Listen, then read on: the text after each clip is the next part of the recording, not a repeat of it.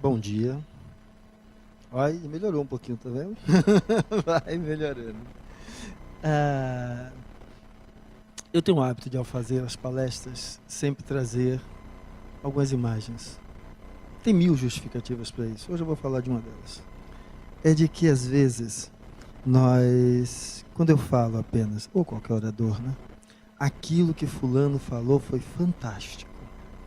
E eu queria começar o evangelho, o primeiro evangelho do ano, trazendo uma coisa que eu busco trazer com a imagem.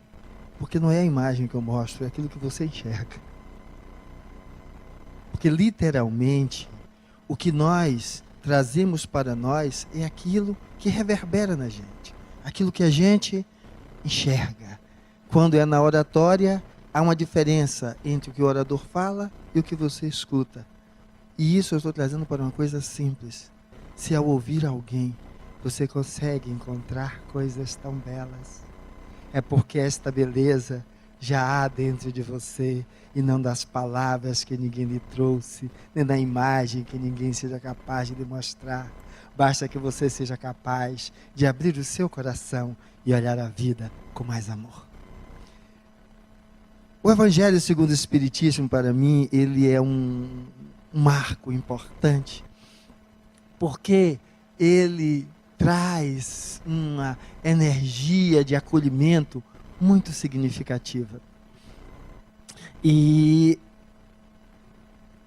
eu trouxe essa imagem, lógico, com a frase de Kardec, porque veja, ao abrirmos o ano, eu estou abrindo o ano com a palestra do Evangelho, e falando, porque é o Evangelho segundo o Espiritismo, então eu estou falando da lente espírita que olha para as coisas buscando compreendê-la, entendê-la, interpretá-la.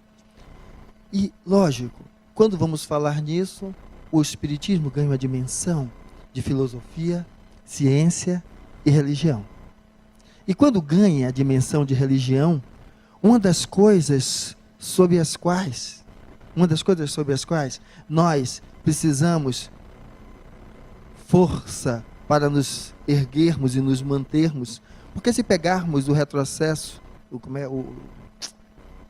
a retrospectiva histórica, nós vamos ver como era difícil se falar algo diferente daquilo que a força que mandava dizia que era verdade. Como isso era difícil. Quantos foram para a fogueira, foram decapitados e em outras coisas. Então, havia uma necessidade nesse momento do nascimento de um aspecto religioso, ou seja, uma proposta religiosa que saísse da postura dogmática. Porque a postura dogmática é assim: eu digo, é verdade e pronto. E para o que eu digo seja tomado como verdade e pronto, normalmente eu me coloco como emissário de Deus. E aí ele fala através de mim. Seja no sentido propriamente religioso da palavra, seja no sentido dos nossos governantes no passado, aonde enquanto reis, eles faziam com seus vassalos o que bem queriam e entendiam, porque assim se colocavam. Quando Cecília citou um dos aspectos que ela estava relacionando a mim, ela falou da ULI, a qual ela é o símbolo maior disso, porque ela coordena todo o trabalho. E é uma coisa interessante, porque algo que tem me fascinado nesse trabalho foi começar a ver que, olhando outras lentes, vamos encontrar os aspectos que Kardec trouxe à tona, que Kardec falou. Então vamos começando a perceber a universalidade dos aspectos que ele traz. E isso é importante, porque justamente só algo que venha à humanidade nesse berço, entendendo que a imposição, ela sempre será maléfica, é que talvez nos permita perceber que, se nos entendermos espíritos imortais, a história está inscrita em nós. E aí então, ao falar desta visão dogmática, que trazia o olhar de que era o dono da verdade e que impunha tudo. E falar de um outro poder, que era o poder das nossos representantes, vamos trazer os reis que eram e rainhas na época e hoje lá os nossos governantes. E nós falamos muito mal, mais do que bem, deles. A gente precisa perguntar-se o quanto dele há em mim. Porque às vezes vamos estar olhando para o dogmatismo e entendendo que ele não é o caminho. Vamos falar das múltiplas atrocidades da história e não conseguimos olhar para as atrocidades na nossa história da encarnação atual, trazendo conosco todo o resquício desse retrospectivo histórico que eu busquei suscitar na mente de vocês ao falar dessa existência, que é um fato, mesmo sem tê-la descrito, apenas pontuando que alguns foram decapitados, outros foram para a fogueira e muito mais. Como eu estou me comportando? Porque veja, nas palavras de Kardec, o que ele vai descrever?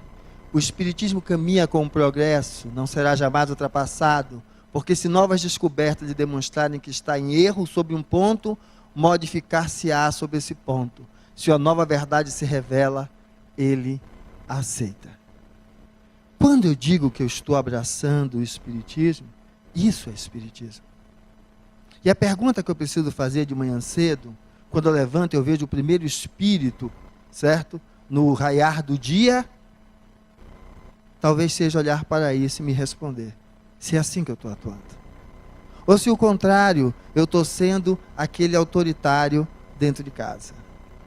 Se eu estou sendo autoritário dentro do meu trabalho. Se eu estou sendo autoritário em tudo que eu faço. Para que a gente possa se reconhecer, porque quando o Espiritismo vem, e isso é um emblema significativo, porque ele sai da história do dogma, alguns vão dizer, mas o Espiritismo também é dogmático. Eu trago a interpretação que acalenta meu coração. Dogmático não é o Espiritismo, porque não poderia ter esse enunciado sendo dogmático. Dogmáticas são as pessoas que constroem o Espiritismo que estamos vivendo agora. Porque assim como um livro lido hoje tem um significado, e ele lido daqui a 10 anos, ele muda os aspectos que você está percebendo, porque ele depende da sua lente, assim é a mesma coisa. Então, quando nós vamos olhar a presença do dogmatismo, vamos estar perguntando quem está sendo dogmático. Porque a proposta dele é uma proposta inovadora. E além do mais, quando eu digo que eu me apaixono pelo Evangelho, é porque o Evangelho, que é esse elemento de acolhimento, ele traz a seguinte reflexão no início desse capítulo, porque nós não somos chegados a ler introdução, muito menos prefácio de livro, mas que é um aperto enorme. Ele vai trazer vários aspectos presentes no Evangelho, e vai trazer algo que de fato era aquilo que nós precisávamos abraçar. O Espiritismo trazendo a abordagem cristã enquanto filosofia moral, de conduta, de postura humana. E quando eu disse que nós precisávamos, ao ver o primeiro espírito, porque não precisa ser evidente para ver espírito, era refletir sobre essa frase, é que essa frase vai resultar nisso. Porque o que é que nos separa enquanto religiões? Crenças. São justamente as lantejoulas, os aspectos externos, os rituais, certo? Aí vamos dizer assim, não, mas o Espiritismo não tem ritual. Fale de Páscoa que você vai entender o que é ritual. Quando as pessoas às vezes se degradam dizendo que é de cima para baixo, da esquerda para a direita, de cima para o lado para o outro, e aí isso é ritual do mesmo jeito, né? Então, o que a gente precisa às vezes perceber é que aonde eu estou aspirando chegar. Porque senão eu transformo essa mensagem linda e maravilhosa, mais uma vez, em um artefato. Porque nós, enquanto religiões, por exemplo, aqui, se formos falar de Espiritismo, se tiverem 1000 pessoas, certo, entre encarnados e desencarnados, nós vamos ter 1000 espiritismos diferentes. Porque cada um enxerga a forma como interpreta. E como é que podemos chegar a um ponto comum se nós falarmos, basicamente, desse elemento fantástico que é uma filosofia de consequências morais? Porque aí nós conseguimos tirar o olhar do próprio umbigo para ampliar o olhar para a comuna em que nós vivemos.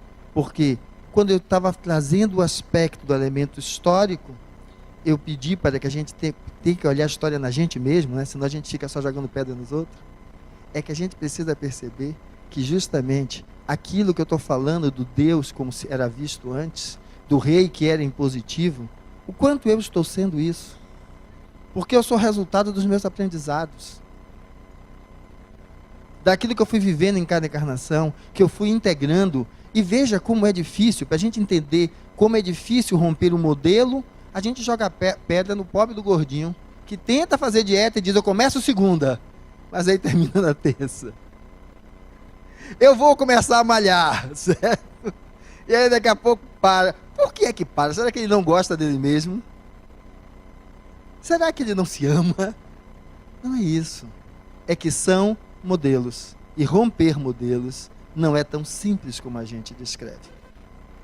Então, é preciso entender isso para que a gente possa, então, a partir dessa percepção, poder olhar a vida com um olhar mais suave. Porque eu acho que o que representa o Evangelho para mim é uma passagem do Cristo fantástica, que ele diz, meu fardo é leve e meu jugo é suave. Enquanto assim não estamos a proceder, continuamos ainda muito distante dessa luz que se coloca como farol de todos nós. E lógico, algo que o Espiritismo traz de fantástico é que ele acaba com fantástico. Ele vai dizer, não existem milagres.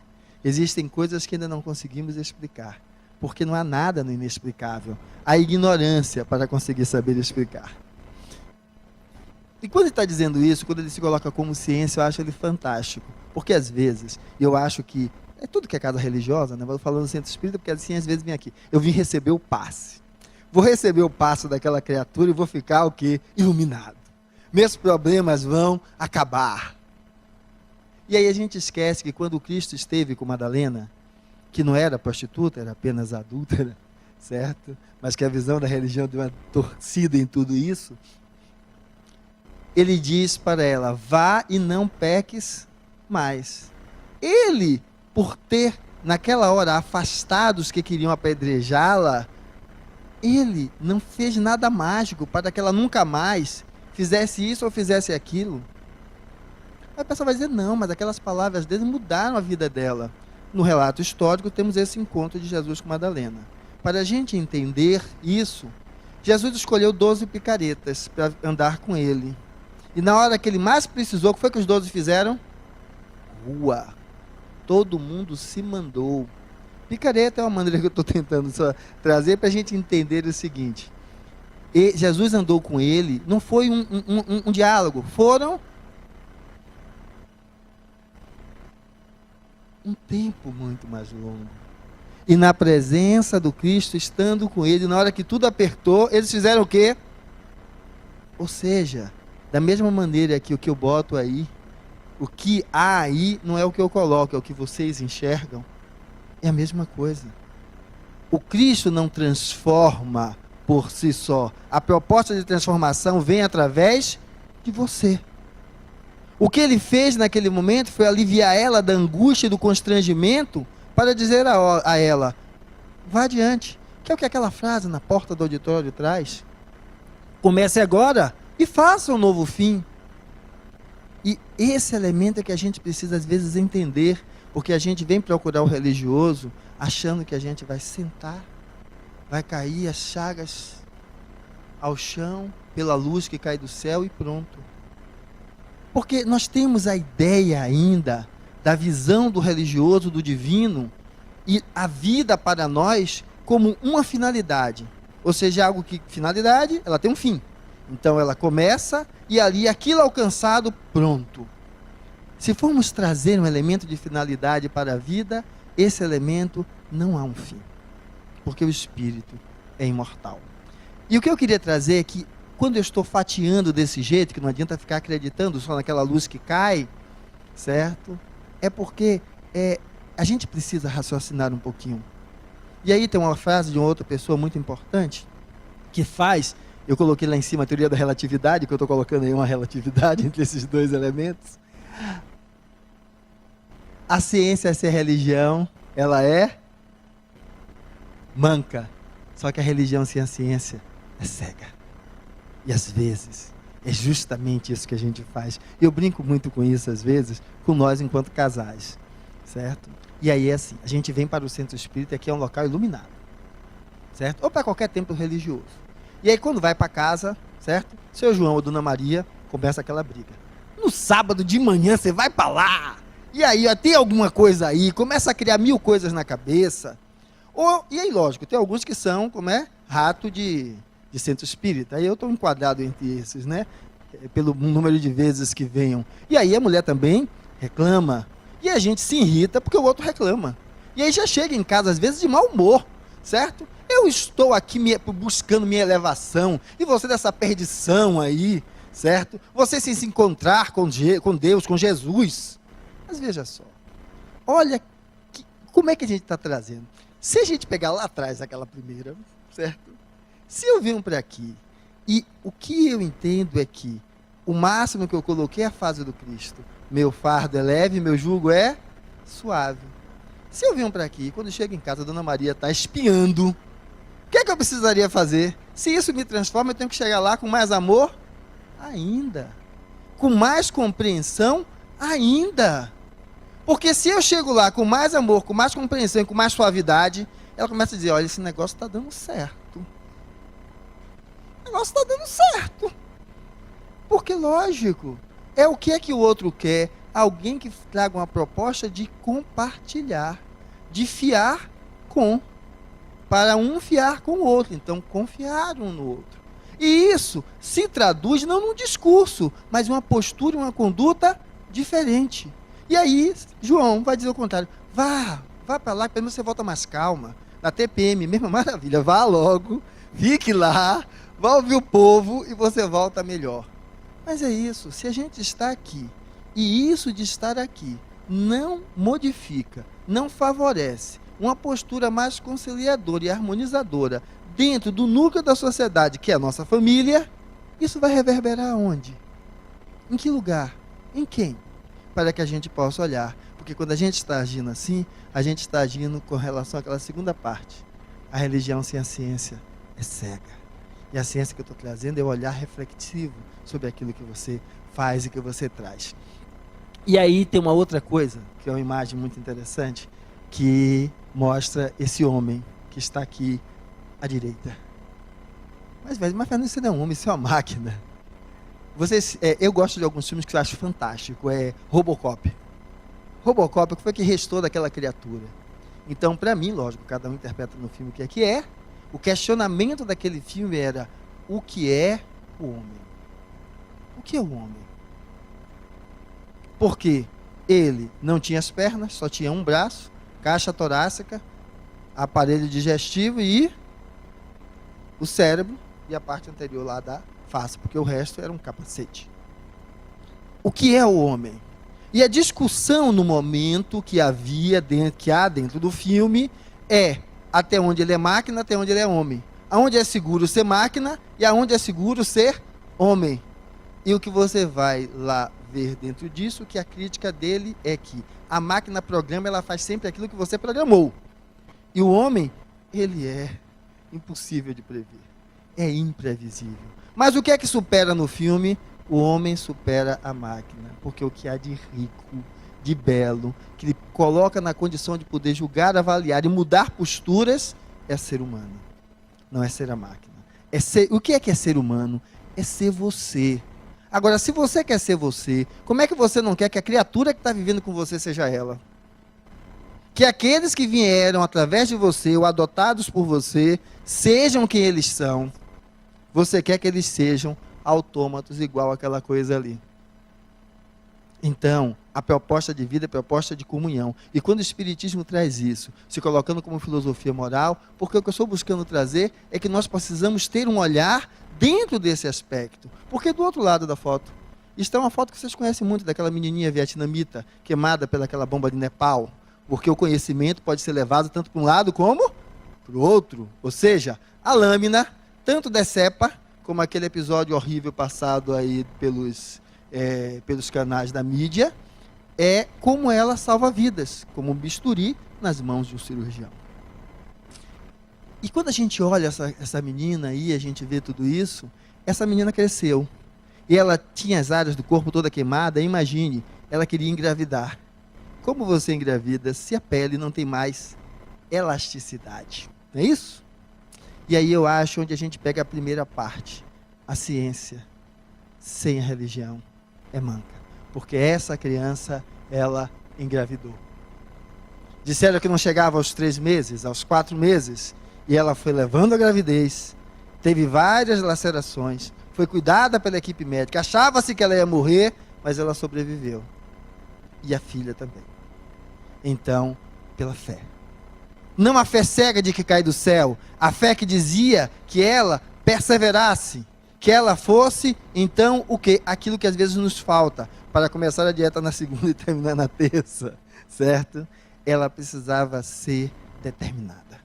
E assim ela foi, conseguiu parir aquela imagem da menininha linda que está ali do lado, para mostrar tudo isso. E aí é um outro elemento, porque ao querer trazer esse aspecto da necessidade de nós olharmos com os olhos abertos, porque é a proposta espírita, é quando nós vamos falar na Gênese, na origem da vida. E aí é linda aquela passagem de Adão e Eva, que Deus criou o mundo em 7 dias. Olha, essa é a teoria do Big Bang. Ele vai mostrar como o mundo uma teoria de como o mundo se originou, e não dá para negar. As naves, os telescópios estão aí. Nós somos um grão de poeira no universo. Então, cadê os 7 dias? Ou seja, para entender que o texto, mais uma vez, é uma linguagem metafórica, aonde a interpretação depende de você. E o dogma não está nele, está em você, que o interpreta do mesmo jeito, da mesma forma, da mesma maneira, e usa ele como chicote e como espada para impor-se sobre os outros. E justamente porque nós temos a mania de querer ser o dono da verdade. E o evangelho, enquanto evangelho, que eu estava dizendo que eu quero trazer esse olhar da razão, é porque ele diz o seguinte: Fernando, tudo bem, você está falando sobre isso, mas se eu estou aqui precisando do acolhimento, porque às vezes minha situação está pesada e está difícil, eu não tenho cabeça para estar pensando em tudo isso. Ele está certo, porque eu sou um daqueles cegos, tentando palpar o elefante e dizer o que é que ele é. E ele é o outro. Se nós, em vez de nos debelar, debelar um ao outro, ou ficar debatendo um com o outro, nós apenas abrirmos os olhos e integrarmos o olhar que o outro tem, nós conseguimos ver uma porção maior desse elefante. Então, em vez de disenção, congruência e ampliação. Então, ou seja, é a dor que lhe incomoda, é a dor que lhe sufoca. Entre em contato com a energia dos bons espíritos que estão aqui. Entre em contato com a energia de toda essa instituição, que não são os blocos e tijolos, são a energia dos corações, que fazem com que ela exista. E esses corações são vocês. Mas, Fernando, eu vim aqui encontrar Deus. Ô, meu amigo, se você não consegue a conexão com Deus, no espírito dos outros que aqui o estão também buscando, você vai conseguir como? Então, esqueça o que eu estou falando, não veja o que eu estou projetando, mas sinta a energia que há no ambiente, do desejo desse encontro com o sagrado, que acalente meu coração, alivia minha alma e me dê essa propulsão para eu fazer justamente lá na frente, assim que eu me arrefeça da dor, esse olhar mais claro, mais racional, mais crítico, para não estar sendo eu justamente aquele que está com a espada tentando tirar a vida do outro. Mas, Fernando, e você está falando afinal de quê? Para você estar baseando em tudo isso. É só por uma coisa. Essa é uma foto interessante que mostra quem começou com a ideia do transplante de coração, mas na realidade hoje há transplantes múltiplos, né? E veja como a necessidade de romper com as coisas é que, se eu volto aí 100 anos atrás, e eu dissesse que iria tirar o órgão de alguém que morreu, e colocar em alguém, para que esse alguém que estava morrendo retornasse à vida, eu seria visto como um mago. Eu teria feito um milagre. E na realidade não é. É o avanço da ciência. Só que esse elemento nos trouxe uma coisa interessante. Há um relato de transplantes de córnea, aonde quem recebeu a córnea começou a ver as imagens de um assaltante e que tirava a vida dessa pessoa. E através dessas imagens se descobriu quem foi que matou a pessoa, que foi a doadora de córnea para quem recebeu a córnea. E da mesma maneira que aconteceu com a córnea, aconteceram com outros órgãos. A pessoa lembrando da história daquele que era o outro. Ou seja, alguém gostava de um pagodão, transplantou um coração e agora começa a ouvir Bach, Beethoven, mudando a preferência de gostos. E aí, frente a isso, a ciência vai trazer a ideia da memória celular. Como se estivesse na célula memória daquilo. Mas voltando ao transplante de córnea, córnea é acelular. Não tem a célula lá com toda aquela descrição para você estar trazendo essa hipótese. E aí se traz a hipótese uma outra. É a influência do espírito sobre aquele que recebe o órgão. Ou seja, ele ali de alguma maneira ainda conectado, o outro pega esses imprints. Você está dizendo que isso vai ter em todos os transplantes? Não. Estamos citando casos que aconteceram e que chamaram a atenção por esses elementos. Então, ou seja, se alguém pode, através de um elemento, me conectar à sua história, ou seja, esse alguém ainda está vivo, ele não morreu. Mas ele está vivo na cultura. Não, porque eu nem conhecia ele, certo? E aquilo aconteceu em quem recebeu. Então, para dizer que a nossa crença na imortalidade da alma, há respaldos para nos trazer isso. Que nós não estamos sendo verdadeiramente dogmáticos com isso. E aquela coisa entre ciência e fé é que mais ou menos isso. Ó. A gente abraçar algo, a gente tem que abraçar com amor e com coração. É quando eu disse, se você chega aqui, está às vezes angustiado, agoniado, você pode fazer isso mesmo. Como eu já fiz e faço às vezes. Aí o pessoal brinca que diz que eu estou dormindo, né? Eu vim assistir a palestra, fecho os olhos e fico apenas observando e sentindo o que está no ambiente. Porque literalmente, isso que essa imagem traz, ó, basta uma palavra de soledade para salvar toda uma vida. Ele está falando daquele elemento que é o sentimento, que é a emoção, que envolve um movimento tão belo como o da doação. Fernando, que diacho tem a ver com o espiritismo, tem a ver com o evangelho isso? É porque às vezes, justamente, não sabemos quem de nós será talvez tocado dentro dessa possibilidade. E às vezes é a possibilidade verdadeiramente de salvar vidas. Fácil de questionar quando a gente diz, mas eu não quero sentir isso, eu não quero sentir aquilo. Mas muda quando é você o cego.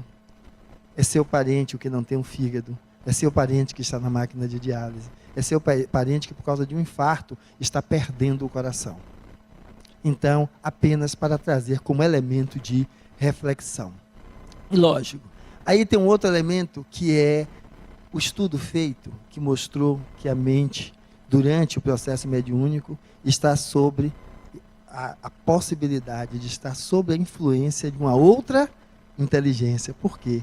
Durante o processo mediúnico, quando ela foi avaliada, se viu então que justamente durante a psicografia, os cérebros ativavam menos as áreas relacionadas ao planejamento e criatividade, embora tenham sido produzidos textos mais complexos do que aqueles escritos sem interferência espiritual. Ou seja, o cara sozinho fazia a criação dele. E depois, ele mediunizado, com o espírito, ele fazia outra criação. Fazendo mediunizado, as áreas que eram acessadas não eram aquelas áreas como ali estavam presentes. Mas, Fernando, por que é que você trouxe isso ao abrir o Evangelho? Pelo seguinte... Espiritismo é religião, é filosofia, mas é ciência. Quando ele coloca a ciência, não é a ciência dogmática, porque a ciência também se coloca por vezes como tal. É a ciência naquilo que eu estou buscando trazer para vocês, é a necessidade de olhar para as coisas com um olhar de criticidade. E não olhar para as coisas cegamente, como se tudo fosse aquela verdade absoluta. Para que então a gente possa vir no Evangelho, se enriquecer dessa energia fantástica que cai aqui do teto, né? Não do teto de outras áreas, mas que a gente vê como se caísse do teto, sobre todos nós. Energia da misericórdia, energia do amor, energia do perdão. e a gente possa se enriquecer disso para fazer como dizia Madre Teresa, me apontam e me esculacham, dizendo que eu sou assistencialista, porque eu dou o peixe em vez de ensinar a pescar. Mas a criatura está tão ruim, tão desnutrida, que ela não consegue nem segurar a vara. Tem que dar o peixe primeiro. Depois ela ganha energias e vamos ensinar a pescar. Então, esta é a ideia, para que a gente abrace a necessidade do olhar crítico. Não para com o outro, porque a gente adora resolver o problema dos outros. Ou seja, sempre alguém resolve o problema do outro casal. Mas dele, cadê? Dos filhos dos outros. E os dele, cadê? Porque é fácil resolver o problema do outro. Porque você não está vivendo, nem você vai lidar com o pepino que vai gerar. Então, a ideia é que a gente possa sair dessa visão, que esses 3 macaquinhos representam muito bem. Apaga esse daqui da frente. Que não ouço, não vejo e não falo. Ou seja, estar sob a égide do trabalho espírita, trazer a si essa possibilidade de perceber que a sua vida é imortal, que quem vai morrer é você enquanto corpo, e é essa sua expressão que está aí agora, porque Fernando não sou eu sou mais que Fernando. Fernando é a minha expressão nessa encarnação, e vai morrer, como eu já fui Manuel, Joaquim, Priscila, qualquer uma outra pessoa. Então, para que a gente possa sair dessa cegueira e abraçar isso, eu acho que é uma luz. Somos todos espíritos. E sendo espíritos, aí nós possamos então dissolver algumas coisas que ali continham. A visão do inferno eterno, que há um mar de dissabores para nós ficarmos então ali sofrendo. Não há, porque nada nesse sentido é eterno, tudo passa. E por que tudo passa? Você está dizendo que o amor passa, que a felicidade passa na modalidade que você conhece. Porque quando era pequenininho você adorava chocolate. Hoje você descobre que tem outras coisas além do chocolate. A experiência vai lhe acrescendo outras coisas. E por isso nós precisamos sair daquela inércia, daquela acomodação, mesmo quando nos achamos no paraíso. Então, é o olhar de criticidade para perguntar ao que o paraíso me convida. Porque às vezes estamos no nosso auge de realização profissional, auge na realização enquanto pais, com os filhos já entrando na universidade, bem encaminhados, e a gente não consegue olhar e dizer, sim, para quê? Eu tanto pedi paz, pedi harmonia, pedi construção, mas para quê? E aí ficamos nessa inércia, não, mas é para poder eu curtir meu final de semana, eu ir para a praia, eu ver isso, eu ver aquilo, e o vazio existencial continua. Então, a ideia é que a gente possa perceber essa maravilha, porque só assim vamos conseguir, então, nos dar a proposta de nos perceber enquanto espírito. E tudo que vai ser trazido no Evangelho nas próximas palestras até o final do ano é sob a ótica dessa criatura. E sabe por que ela é fantástica? Quando eu lembrei o filme Robocop, porque falar de espírito é falar de múltiplas possibilidades. Estamos falando do humano. Então, o que é o humano? Jamais diga, ali não tem jeito. Aquele dali não tem mais para onde ir. Porque digamos até que ele seja um espírito inferior a você no momento atual. Mas vamos lá. Olha naquele espelho que você acorda de manhã cedo. Olha para ali e vê esse corpo que vai decair. E você olha e lembre que lá atrás você já fez pior do que ele. Provavelmente. Por quê? Porque nós vamos evoluindo a cada experiência. O meu olhar mais sábio de hoje é resultado de tudo que eu passei, que eu vivenciei ontem. Então, há essa necessidade, porque assim o meu peso no olhar sobre o outro se desfaz, na intenção de que, no momento que eu me acho a ovelha branca da família, o que há de mais negro sou eu. Porque se branco fosse, eu me perceberia como mais um membro da família, que estou ali para aprender na dificuldade que o outro tem, e ajudar o outro a aprender na iluminação que eu acho que eu tenho. Porque quem de fato está iluminado não vai denegrir a ninguém, vai sim estender a mão, que foi o que Jesus faz a Pedro naquela clássica imagem dele afundando no mar. Jesus diz, venha! E ele continua afundando, e Jesus estende a mão e diz, venha. E aí então levanta e diz, homens de pouca fé. Então às vezes é o que a gente precisa fazer com o nosso filho ou com nossa filha, que está num caminho de desregramento, que está se perdendo. Talvez sermos nós o primeiro a dizer para eles, estender a mão e dizer, eu acredito, eu confio em você. Mas aí, pai, como?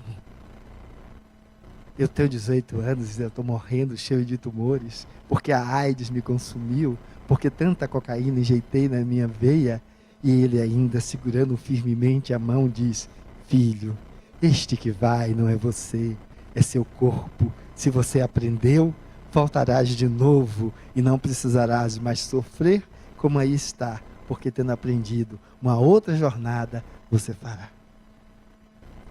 E isso que eu falei, o filho às vezes é nosso pai ou nossa mãe. Na forma como fomos criados, naquilo que nos sentimos agredidos, que nos sentimos feridos, e a gente é incapaz às vezes de fazer isso, estender a mão. Entendendo que aquilo que a gente trouxe lá atrás, dogmatismo é não estender a mão. Estender a mão e entender que o outro não pode lhe dar o que não tem. Agora você pode, nos últimos dias de partida dele, estendendo a mão para dar a semente da solidariedade, da comunhão, do amor, entendendo que ele não podia lhe dar aquilo que ele não tinha. Mas no momento que você estende a mão e acolhe ele como ele é, ele às vezes amanhã vai despertar num novo retorno a esse caminhar, podendo deixar florescer o que você teve, esse gesto, essa hombridade de buscar plantar, de possibilitar então crescer. A vida nos convida a isso. Essa é o grande pedido que ela faz, porque ela não tem uma finalidade, a finalidade dela é o caminho. Não fique esperando uma finalidade para a vida, porque você vai morrer enquanto corpo físico, mas vai continuar a viver. E não há santo, não há Chico, Bezerra, Joana, nem Jesus, porque ele não fez isso. Ele disse, levanta, pega a tua cama e vai. Ou seja, você é fruto das suas atitudes. Deixe de culpar o outro, deixe de se vitimizar, ou deixe de se culpar por causa dos passos do outro. Mas, Fernando, eu fiz tudo, e ele está agora morrendo aos 18 anos de AIDS no caminho. Entenda que cada um constrói a sua história com as suas próprias mãos. O que a vida lhe cobra não é você se culpar, a vida se cobra é você de dizer o quanto de mim eu assumi na responsabilidade de com o que eu tenho, buscar ajudar, porque também como ajudar com o que não tinha. E isso ele é chamado porque quando essas mãos se entrecruzam, lógico que ela podia construir a luz, mas a maioria de nós construímos a dor. Porque nós ainda estamos dentro daquela história de crime, culpa e castigo. E a proposta, graças a Deus, é porque, como disseram para o nosso amigo Chico, tudo passa.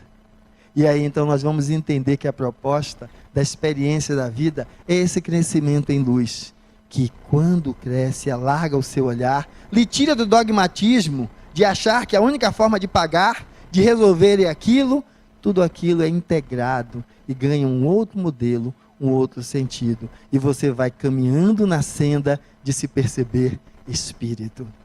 E dando a você mesmo a possibilidade de encontrar no Evangelho um lenitivo, que vai lhe dizer que os problemas não são atestados de fracasso, mas oportunidades de iluminação, seja qual for o seu problema. Mas, Fernando, eu estou morrendo porque o câncer está me consumindo, eu vou morrer amanhã.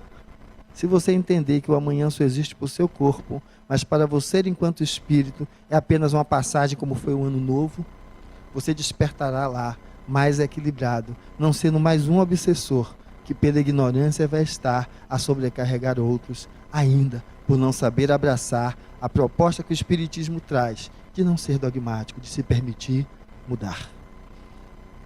E nesse sentido você vai entender que o caminho do Espírito se refaz a cada dia, a cada instante, a cada momento, a cada lugar.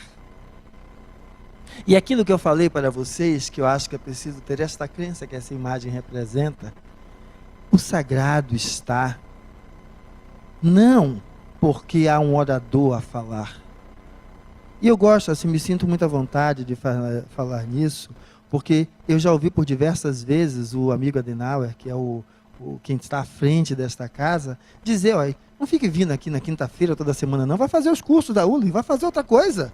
Depois de um ano você está me vendo repetir as mesmas coisas. Porque na realidade, a questão é justamente essa. O que há de luminosidade está nos corações de vocês. E quanto mais cresce, quanto mais vocês abraçam isso. Ah, então quer dizer que eu tenho que ficar grudado aqui? Não. Quando cresce é porque uma relação de amor não se desfaz jamais. E quando você integrou, você no seu trabalho vai também ser amor. Na rua, quando o carro lhe fechou, você também vai aprender a ser amor. Aonde quer que esteja, você vai estar aprendendo a fazer isso. E quando eu digo que essa casa cresce, é porque não é a casa feita de tijolos que não tem valor nenhum. Eu digo é a casa dos trabalhadores na seara de Jesus. Que como homem foi extremamente autodeterminado e perseverante para conseguir fazer a história e a trajetória que a gente fez. E a gente, quando quer abraçar Jesus, a gente quer botar o joelho no chão, levantar a mão para o alto e ser um pedinte. E a proposta do Evangelho é lhe acalentar, é aquietar as suas dores, é mostrar que existe um outro olhar, que você não seja dogmático, mas seja sempre aberto para uma mudança e transformação, para que então nós possamos perceber que não estamos sós, sempre estamos com outras mãos sobre nós, que nossos olhos não são capazes de ver, e a gente diz, mas eu queria ver, por que eu não vejo? Para que você acredite em você, e acreditando em você, você seja mais um a se colocar como trabalhador, e não olhar ninguém que aqui fala como se fosse ninguém iluminado, porque o que eu projeto não é o que eu trago, o que você enxerga é o que tem em você.